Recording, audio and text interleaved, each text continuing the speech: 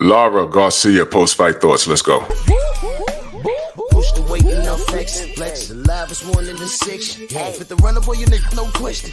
You will run a motherfucker high stepping. Hey, you never had a big enough weapon. Motherfucker never learned your lesson. I'm a 88 pack nigga. I'm a 88 pack nigga.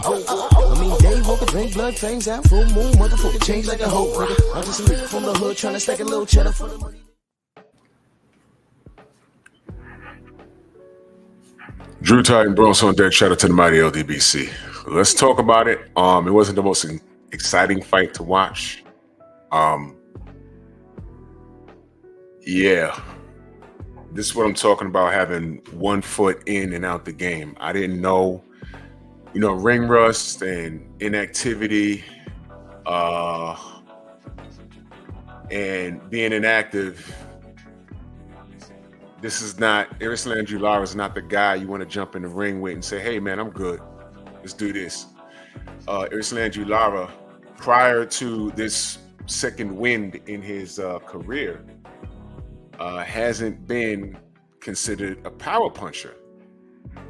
But maybe him being 41 years of age and being a plotter and not as much as a mover, he's discovered that he got some pop behind that southpaw stance. Now, it wasn't the most exciting fight to watch, but there were things happening in there.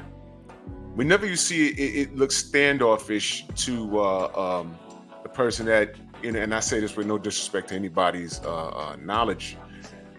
You have to know boxing and understand what was going on. The reason why Danny wasn't active, first of all, Danny's a counterpuncher, and so is Lara. So I knew we was going to be looking at a bit of a chess match, but Lara was visibly a bigger guy.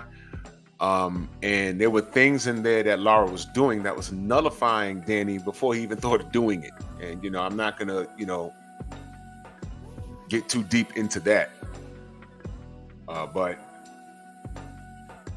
Lara, he was keeping Danny very, very honest. He was walking Danny down in spots. He didn't respect him. I thought it would have been more beneficial for Danny to come out and push Lara back and try and watch the counters, and not get hurt coming in. But, he's an older guy. Force him to work. But I keep telling you, man, that Cuban school is something different. Y'all can clown around and talk about, we don't know how old these guys are. Whatever. Listen. Here's what we do know. All of those Cuban guys are dangerous. From King Kong Ortiz to Guillermo Rigondeaux to Erislandy Lara. These guys are dangerous. And they're well-schooled. They're well-disciplined. And that's why the boxing world, for the most part, tried to freeze these guys out, wait them out, to see if they age. But what's happened with Lara is his career. This is the second part of his career, and he's found out some things about himself. When he plots and he throws that left hand, he could hurt you. He's found that out. Danny Garcia, on the other hand, I'm not sure where he goes from here. Yeah, I'm not sure what's next for Danny. I'm watching his post-fight interview in the ring. I always liked Danny Garcia as a fighter. Always had a lot of heart. He fought everybody. He fought. I'd like to say he fought all his contemporaries, man. I know him and Bud got real close into fighting that never materialized, but that's okay. You look at Danny Garcia's resume. I don't have a problem with it. I just learned tonight that Angela's dad, he was real brash and in selling his son. He stuck up for his son, and his mouth got him in some trouble to the point where they just said, yo, look, you just can't talk anymore. We're not gonna put the mic in front of you anymore. Whatever. That's done. That's over with. I learned tonight that he had a stroke last April or something to that effect. He's had some health issues. Prayers up for that. I mean, he looked okay tonight. It's always hard watching. It's one thing watching your fighter, but that's his son. You understand what I'm saying?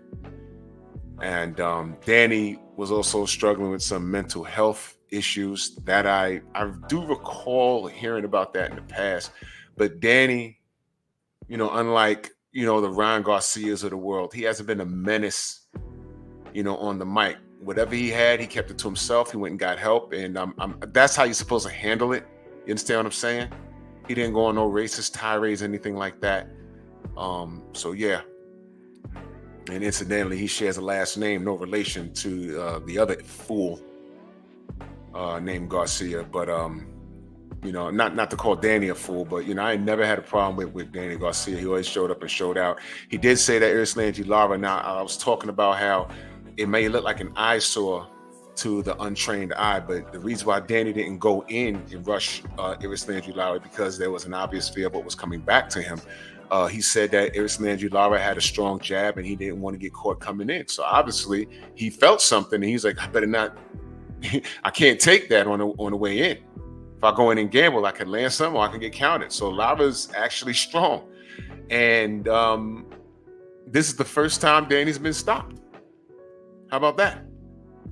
Towards the end of the round, he hit Danny clean and he did a little wobble and then he took a knee. And he got up, and there was things leading up to that moment. When that round ended, he went back to the corner, and his father looked at him, and he knows his son. And he said, you know what? You're not performing. This is not what we're used to. I'm not used to seeing you like this. So, we're going to go ahead and stop it because you don't have another gear tonight. Danny said that he was the better man tonight, no excuses. Yeah, that's fine. But at this point in his career, at this weight, he said he tried to do something great, which is, that's fine. I don't think a proper move would be for him to go down a weight class. Don't do that, Danny. You're comfortable here. It's just that I think Danny,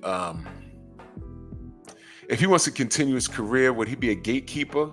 I think that's not with his career. And you see, I picked Lara to win. I didn't do a video about it, but to make him a gatekeeper, that's just not what Danny Garcia is supposed to be. So if he can't make a serious title run, then it's okay to hang it up. If you look at his resume, he fought, like I said, he's fought his contemporaries, but how many of them did he beat? He didn't beat Keith Thurman. It was a Sean Porter fight, and and he showed up, but he didn't do enough to win the Errol Spence fight. You understand what I'm saying? He just didn't do enough to win, but he did show up. He didn't come in to lay down. So salute to him. If it's the last time we see him in the ring, it's okay, man. It's okay. If you're going to continue, I need you to be careful, Danny. I need you to be very careful. All right? Because when your heart's not in it, he fought 2 times in 4 years, y'all. He also said that at the end of the fight. 2 times in 4 years, man. The boxing is not the sport where you have 1 foot in and 1 foot out, man. You're gonna get yourself hurt. So it's okay. Unless he's gonna jump back in the ring in 3 months, fine. But as of right now, you fought on the co-main event, you lost. Look, man, if your heart's not in it and you want to focus on you and your family, man, it's okay, man. I understand that he's doing very well financially, and no heartache, man. It's okay, bro. Walk away. I have the utmost respect for Danny Garcia, man. Utmost respect. And salute to Erislandy Lara. This is another stoppage. I'm curious as to what he does next, man. At 41 years old, man. This guy, this is the brand new Erislandy Lara, man. This is crazy. So salute to both fighters. I'm glad they're safe. Y'all let me know what y'all think. Bronx on deck. Move!